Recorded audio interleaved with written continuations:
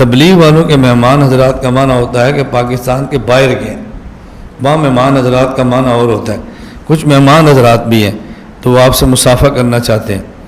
میں نے کہا عصر کی نماز یہاں پڑھیں، انشاءاللہ مصافحہ ہو جائے گا۔ جی ہمارا عصر کو گشت ہے۔ میں نے کہا مصافحہ آپ نے کرنا ہے یا میں نے؟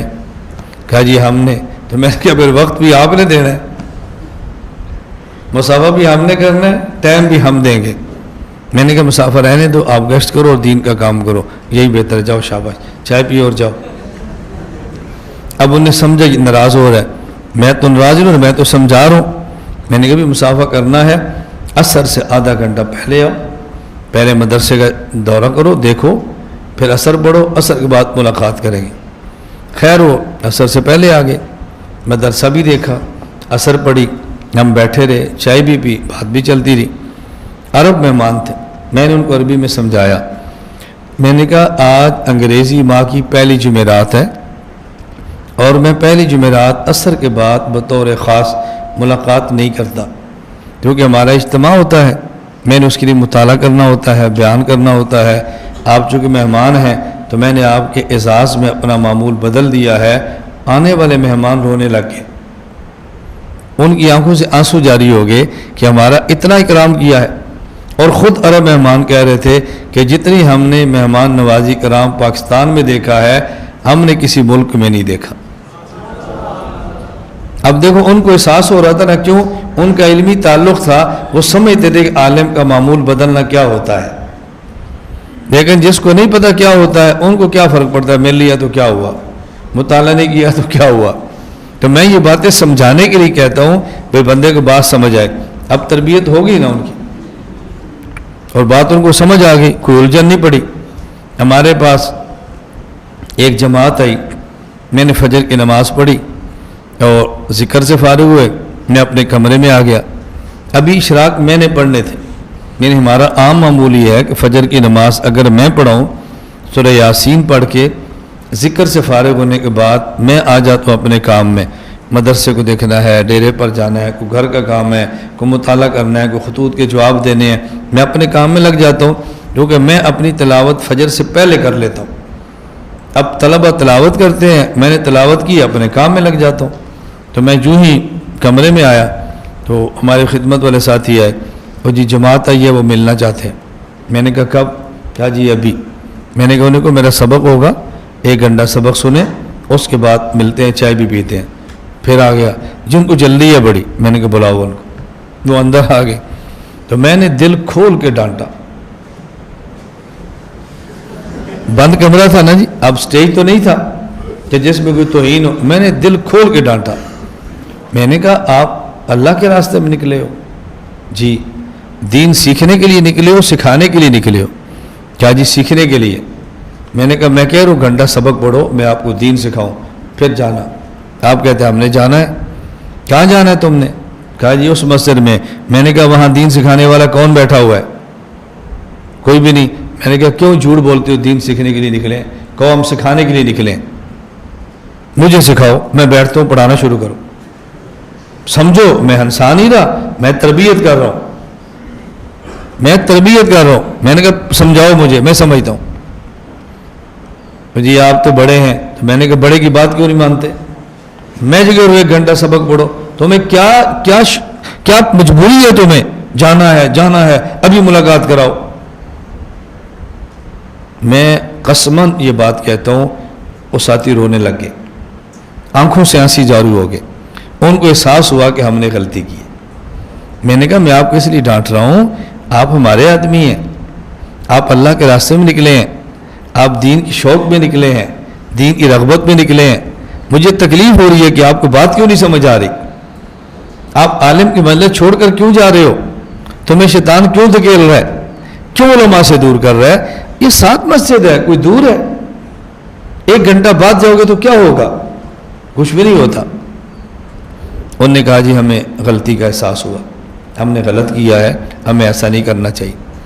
اور ساری جماعت رکی، گھنٹہ سبق پڑھا، پھر میرے ساتھ ناشتہ کیا، پھر میں نے ساتھیوں سے کہا بھی گاڑی میں بٹھاؤ اور جماعت کو چھوڑ کر آؤ۔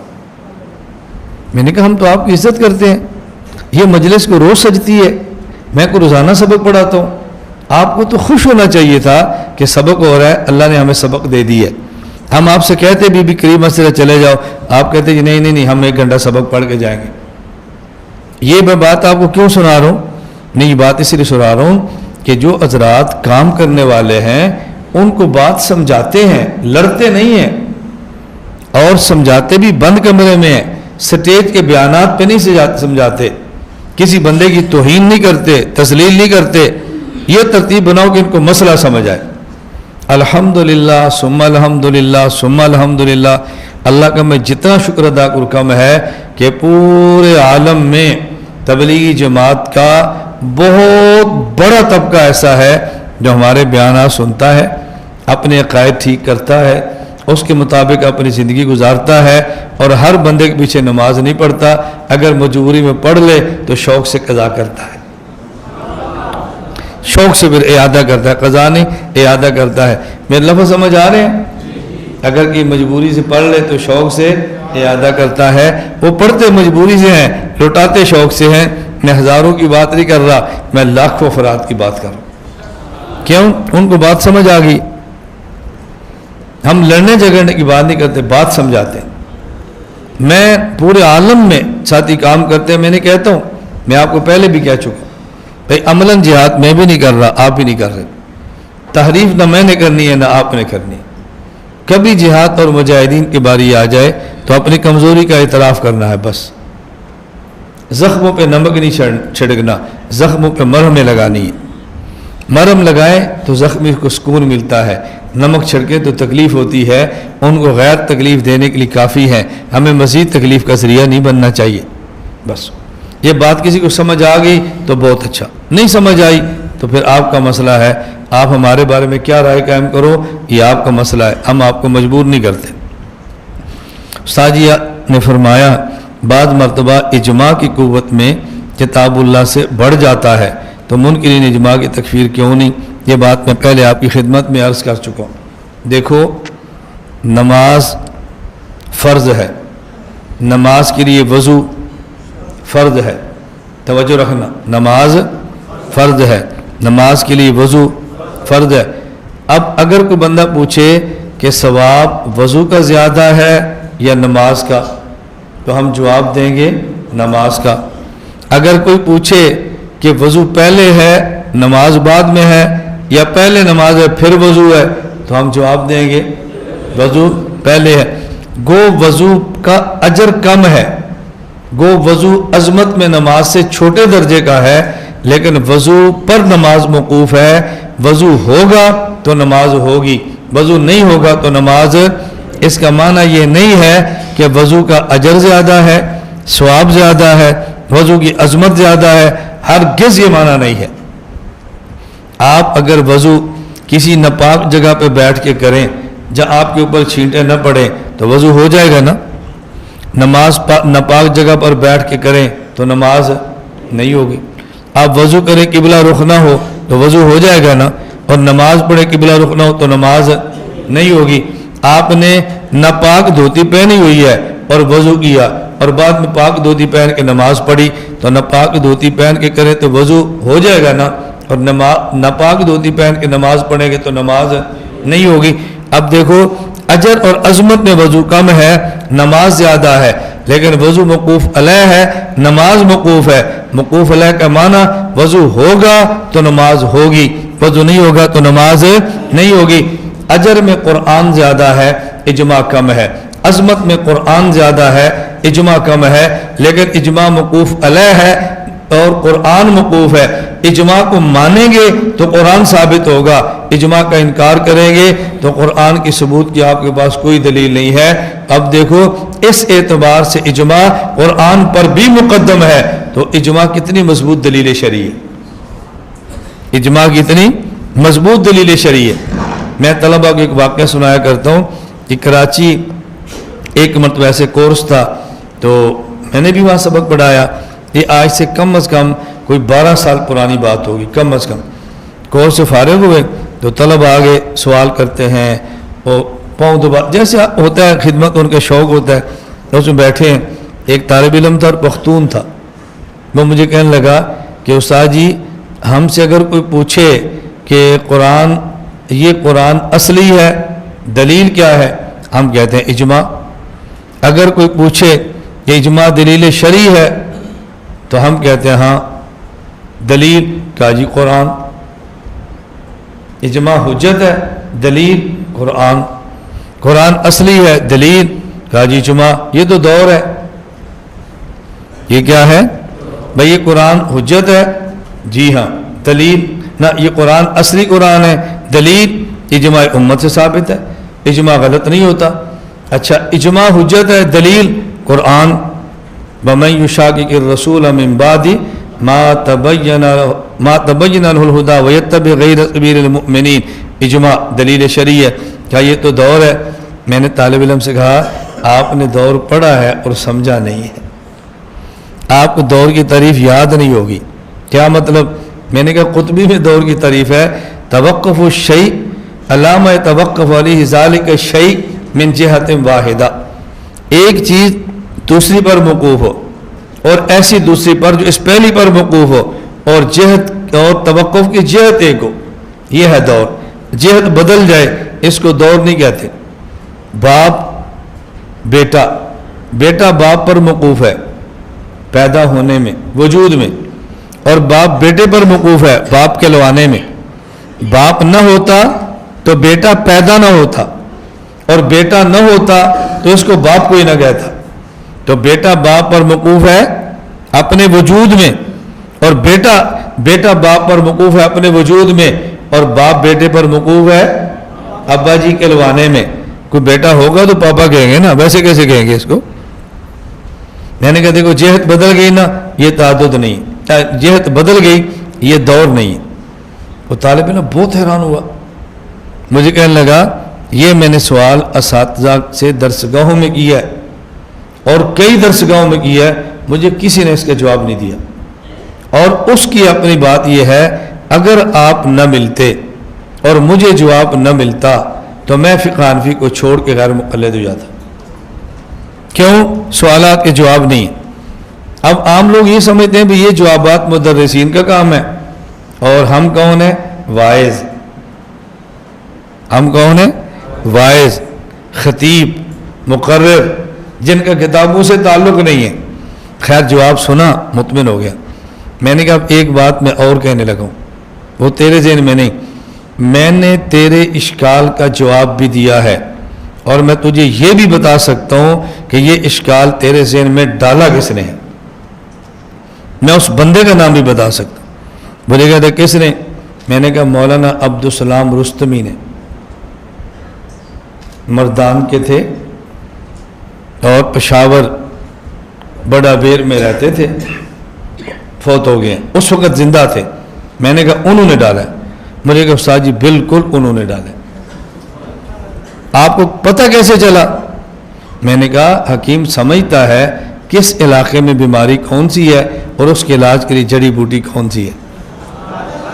ہم اپنے فن کے حکیم ہیں، ہم سمجھتے ہیں کون سا مرض کس علاقے سے نکلتا ہے، ہم سمجھتے ہیں۔ میں نے کہا بیٹا یاد رکھنا، مولانا عبدالسلام اسی بنیاد پہ غیر مقلد ہوا، اس کا خیال یہ تھا کہ میرے دلائل بہت وزنی ہے اور جواب دینے والا کوئی نہیں ہے۔ جواب دینے والا کچھ ہم سے سنا ہوتا، کچھ ہم سے کہا ہوتا، غیروں سے سنا تم نے، غیروں سے کہا تم نے۔ یہ میری بات میڈیا پر آ رہی ہے۔ میں نے بڑا بیر جامعہ نعمانیہ مفتی شاہ جہان صاحب کے مدرسے میں جا کے ایف ایم ریڈیو پہ اعلان کرتا رہا مولانا عبدالسلام میں بڑا بیر میں ہوں، حنفیت کے لیے آیا ہوں، بات کرنا چاہو تو میں یہیں پر ہوں۔ ایف ایم ریڈیو پہ میں کہتا رہا میں یہاں پر ہوں اور یہاں پر ہوں، کرو بات مجھ سے۔ مولانا عبدالسلام بات کے لیے تیار نہیں ہوئے۔ اس کی کیا حیثیت ہے؟ اس کی کیا حیثیت ہے؟ یہ کون ہوتا ہے؟ میں نے کہا وہ تو بات کے بعد پتہ چلے گا حیثیت کیا ہے نا، شروع تو کرو نا ذرا۔ نہیں کیا۔ میں نے اس لیے کہا یہ مت کہنا کہ میں گفتگو سے ڈرتا ہوں، ہم گفتگو کرتے ہیں لیکن ترتیب بنا کر کرتے ہیں۔ ان کا تو میں اس علاقے میں روب توڑنا چاہ رہا تھا، اس لیے میں گیا ہوں، روب ہم نے توڑنا تھا۔ میں جب ثوابی میں شروع میں گیا ہوں نا، جہاں پنج پیر ہے، یہ باتیں میں قسم اٹھا کر اٹھاؤں تو حانس نہیں ہوں۔ شروع میں اتنی الجھن تھی کہ ان سے بات کون کرے گا، کیسے بات ہوگی؟ میں اپنی آنکھوں سے دیکھی باتیں کہہ رہا ہوں، سنی سنائی نہیں۔ میں نے اگر بیان میں ایسے آیات النبی صلی اللہ علیہ وسلم کو جرأت کے ساتھ اگر بیان کر دیا نا، جو سامنے بیٹھے ہوتے نا ایسے ایک دوسرے کو دیکھتے، ابھی پتہ نہیں کیا ہوگا ثوابی میں۔ یہ میں اپنے ساتھیوں کی بات کر رہا ہوں، ایسی خوف کی فضا تھی اور میں للکارتا تھا۔ یہ میرے خلاف پروپیگنڈا ایسے نہیں ہوا، میں للکارتا تھا وہاں آیات النبی کے عنوان پہ۔ اور مجھے ایک وقت آیا، ابھی ساتھی وہ زندہ ہیں، یہ باتیں مجھے بتائی زندہ ہیں، انہوں نے کہا استاد جی ہمارے ایک دو طالب علم ان کے یہاں پڑھتے ہیں پنج پیر میں، جیسے ہمارے یہاں بھی کئی آ جاتے ہیں، ہم مستقل نہیں رہنے دیتے۔ مجھے ابھی پتہ چل جائے نا دورے میں آیا اور وہ آیا ہے، سوال ہی پیدا نہیں ہوتا میں سند دوں، سوال ہی پیدا نہیں ہوتا میں سائن کر دوں، ہو ہی نہیں سکتا ہم کہ تو بہت اچھا بیٹا ہے، نا نا نا، ہم ان سے شاباش نہیں دی جاتی۔ طالب علم آئے کتابیں پڑھنے کے لیے اور یہ کہ میں وہی ہوں اور پھر یہاں ٹھہرے، ایسا نہیں ہو سکتا۔ اس کو سمجھاؤ بھائی، مولانا عاطف صاحب بٹھاؤ لائبریری میں، سمجھاؤ، سمجھ آ گئی ہے؟ آ گئی ہے، ٹھیک، نہیں آئی اس کو فارغ کرو، اخراج کرو اس کا۔ یہ کل کو یہ نہ کہے میں ان کے مدرسے میں رہ کر بھی نہیں بدلا، میرے دلائل بڑے وزنی ہیں، نکالو اس کو یہاں سے، جاؤ کسی اور جگہ۔ اب سمجھ آ رہی ہم سے کیوں کھسکتے ہیں؟ ہمارے یہاں کمپرومائز نہیں ہے، ہمارے یہاں مداہنت نہیں ہے، اس کا نتیجہ اللہ نے ہمیں آپ جیسے پیارے پیارے دوست دے دیے۔ کیا فائدہ مداہنت کا؟ جب بغیر مداہنت کے کھرے اور اچھے لوگ ملتے ہیں تو مداہنت کے بعد گندے اور کھوٹے سکے رکھنے کی کیا ضرورت ہے؟ ہم نہیں رکھتے، ہم کھرے سکے رکھتے ہیں۔ کھوٹے سکوں سے جیب بھری بھی ہونا ایک سموسہ بھی نہیں آتا ایسے، اور کھرے سکے سے دیسی گھی کے گلاب جامن بھی ملتے ہیں۔ ہم دیسی گھی کے گلاب جامن کھاتے ہیں اور الحمدللہ ہمیں ملتے ہیں، لوگ ہر مہینے لا کر مجھے دیتے ہیں استاد جی گلاب جامن دیسی گھی میں بنتا ہے، دیتے ہیں، بغیر کہنے کے دیتے ہیں، اللہ دیتے ہیں۔ یہاں سندھ والے ہمارے ساتھی بیٹھے ہیں، میں سندھ بھی جاتا ہوں نا، آپ یقین فرماؤ پہلے سے استاد جی شہد آپ کے لیے رکھی ہوئی ہے۔ یہ مولانا سے بیٹھے ہیں، بھائی میرے پاس وقت نہیں ہے، میں نہیں رک سکتا، بہت جلدی ہے، استاد جی گاڑی سڑک کے اوپر روک لیں، میں سڑک پر رکتا ہوں، وہ گھر سے نکل آتے ہیں، یہ جی شہد ہے خالص ہے، یہ گھی ہے یہ خالص ہے، یہ ہم نے پنکھا بنایا آپ کے لیے، ہم نے فلاں چیز تیار کی ہے، گاڑی پر کھڑے ہو کے منتیں کر کے رک کے دیتے ہیں، ہم خالص عقیدہ وہاں لے جاتے ہیں، وہاں کا خالص شاید یہاں پہنچاتا ہے۔ بلوچستان کے پہاڑوں میں بکریاں دودھ دیتی ہیں اور اس کا گھی بن کے سرگودا 87 مرکز آتا ہے۔ بکریوں کا گھی تو شاہوں کو بھی نصیب نہیں ہوتا، اللہ ہم فقیروں کو دیتا ہے۔ اب ہم سے بڑا کچھ ظالم ہوگا؟ خالص عقیدے پر خدا اتنی نعمتیں عطا فرمائے، ہم پھر بھی ملاوٹ کریں، ہم سے بڑا کچھ ظالم ہوگا؟ آپ یقین فرماؤ زعفران سری نگر میں ہوتا ہے اور ہم یہاں کھاتے ہیں، لوگ ترستے ہیں، زعفران کو ترستے ہیں، شہد جموں کی جھاڑیوں میں بنتی ہے، ہمارے پاس سرگودا پہنچتی ہے، ہم کھاتے ہیں۔ یہ خالص عقیدے کی برکت ہے۔ میں آپ کو نصیحت نہیں کرتا، میں آپ سے بڑا نہیں ہوں، لیکن گزارش کرتا ہوں عقیدہ جب بھی بیان کرنا خالص کرنا، یہ کمپرومائز والا دین بیان نہ کرنا، چھوڑ دو اس کو۔ میں یہ نہیں کہہ رہا گولیاں مارو، میں یہ نہیں کہہ رہا گالیاں دو، میں یہ نہیں کہہ رہا بدتمیزی کرو، میں یہ نہیں کہہ رہا چیلنج بازی کرو، میں یہ نہیں کہہ رہا مناظرہ بازی کرو، میں یہ نہیں کہہ رہا بکواس کرو، میں یہ نہیں کہتا تبرے کرو، میں یہ نہیں کہتا پاکستان کے قانون کو توڑو، میں یہ نہیں کہتا ملک کی فضا خراب کرو، میں یہ نہیں کہتا اپنے قیادت کے خلاف بغاوت کرو، یہ ضرور کہتا ہوں کمپرومائز نہ کرو، اور جب بھی بیان کرو تو حق بیان کرو، نہ کر سکو تو خاموش ہو جانا، اللہ میں نہیں کر سکا، غلط مسئلہ بیان نہ کرنا، نہ کر سکو تو خاموش ہو جانا۔ ہم نے کیا ہے، کیا ہو گیا؟ کچھ بھی نہیں ہوا۔ آپ چاہو تو نمائندہ بنا کر میرے پاس بھجواؤ، میں اپنی ٹانگ کا نچلا حصہ دکھاتا ہوں، اوپر والا تو نہیں دکھا سکتا نیچا پاؤں کے ساتھ۔ مجھے 19 سال گزر گئے ہیں، آج تک بھی میرے نچلے والے بال برابر نہیں ہوئی، لوہے کی بیڑیاں لگنے کی وجہ سے، لیکن ہم نے حق کو بیان کرنا نہیں چھوڑا، ہم وہیں کھڑے رہے۔ میں نے جیل پہ جیل، کیس پہ کیس، پرچے پہ پرچہ، اتنا بھگتا ہے آپ تصور نہیں کر سکتے. لوگوں کو مالی خولیہ ہوتا ہے نا، مجھے پولیس خولیہ ہوتا تھا. بس ابھی گاڑی رکی شام کو کوئی بھی ہو، بس ہم یہاں سے دوڑ جاتے، بھائی آ گئی پولیس. پیچھے ساتھی جاتا، استاد جی وہ تو کوئی ملنے والا آیا ہے. میں نے کہا وہ بھی ملنے کے لیے آتے ہیں. بس ہم پھر واپس. آپ سوچ نہیں سکتے میں نے کس خوف میں وقت گزارا ہے. اب میں نے خود کو خوف سے بے نیاز کر لی. بس اب میں نے کہا اللہ جو ہونا تھا ہو گیا، آواز لگ گئی ہے، میڈیا بن گیا ہے، گھر گھر میں آواز پہنچی ہے، اب ہمیں کوئی خوف نہیں ہے. بس ہمیں یہی خوف تھا کہ ابھی کچھ ہو گیا تو کام نہ رہ جائے. جو چاہتے تھے وہ ہو گیا. شاگرد بھی ہیں، افراد بھی ہے، ٹیم بھی ہے، دنیا میں لوگ بیٹھ کے کام کر رہے ہیں. دنیا میں یا پاکستان کی بات نہیں کرتا، دنیا میں لوگ کھڑے ہو گئے کام کے لیے. اب ہم نے کہا چھوڑے خوف کیا ہوتا ہے. اس لیے میں کل بھی عدالت گیا، میں قسم اٹھا سکتا ہوں کسی دل کے چھوٹے سے خانے میں کوئی خوف کا کروڑواں حصہ بھی آیا ہو. اس سے بڑھ کر میں کیا کہہ سکتا ہوں. میں نے کہا جانے دو، ادھر گئے تو ادھر، واپس آئے تو واپس. جہاں ٹھہریں گے اللہ ہم تیرے لیے ہیں. ہمارا تجھ سے وعدہ ہے ہم تیرے خلاف کسی کو نہیں پکارتے. ہمارا تجھ سے وعدہ ہے تیرے دین میں نہ ملاوٹ کی ہے نہ کریں گے، اور جب تک بس میں ہوا نہ کرنے دیں گے انشاءاللہ. باقی اتنا جتنا ہم کر سکتے ہیں کریں گے، جو نہیں کر سکتے بھائی ہم کہہ دیتے ہیں ہم سے نہیں ہوتا، ہم نہیں کر رہے. اللہ ہمیں بات سمجھنے کی توفیق عطا فرمائے.